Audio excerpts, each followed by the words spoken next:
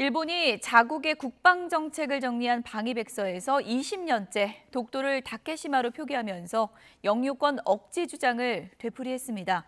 다만 윤석열 정부 출범 이후 한일 관계가 개선되면서 한국을 협력 파트너이자 중요한 이웃 나라로 규정하면서 협력 강화 방침도 다시 한번 확인했습니다. 일본 현지 연결해서 내용 들어보겠습니다. 김세호 특파원. 네, 도쿄입니다. 네. 일본이 독도 영유권 주장을 또 반복했는데 이번에는 어떤 내용이 담겼습니까? 네, 일본 정부는 우리의 국무회의에 해당하는 가계에서 2024년 방위백서를 채택했습니다. 일본 방위성은 올해 방위백서에서 인도태평양 지역 안보 환경을 설명하면서 자국의 고유 영토인 북방 영토와 다케시마 영토 문제가 미해결로 존재한다고 기술했습니다.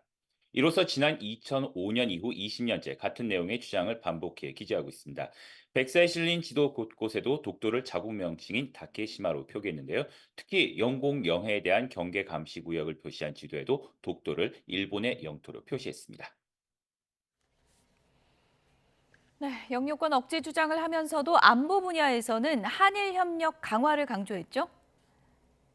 네, 그렇습니다. 일본은 이번 방위백서에서 한국을 파트너라고 새롭게 지칭하면서 한국과의 관계를 중시하며 한일 협력 강화 방침을 재확인했습니다.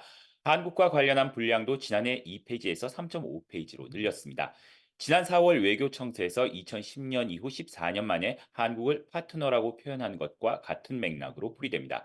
이와 함께 한일 간 가장 큰 안보 현안이었던 한일 초계기 갈등과 관련해 지난달 싱가포르에서의 아시아 안보 회의에서 재발 방지를 약속했다는 점도 부각했습니다. 또 지난해 8월 미 캠프 데이비드에서 열린 한미일 정상회의 내용을 전하며 북한의 미사일 데이터의 실시간 공유를 위한 진전을 확인했다고 적었습니다.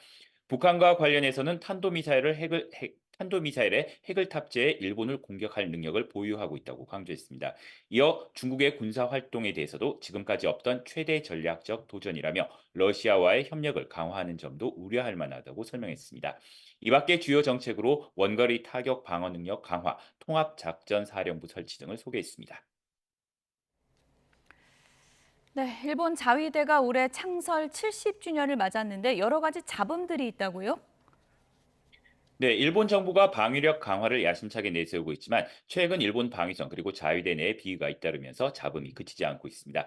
일본 해상자위대에서는 해상자위대원들이 잠수함 수리를 맡은 가와사키 중공업 직원들에게 금품과 향응을 제공받은 사실이 적발된 데 이어 여러 함정에서는 자격이 없는 인원이 기밀을 취급한 사례가 잇따라 적발됐습니다. 또 잠수 임무를 맡은 대원들이 실제 잠수 훈련을 하지 않고서 수당을 챙긴 것으로 드러났습니다.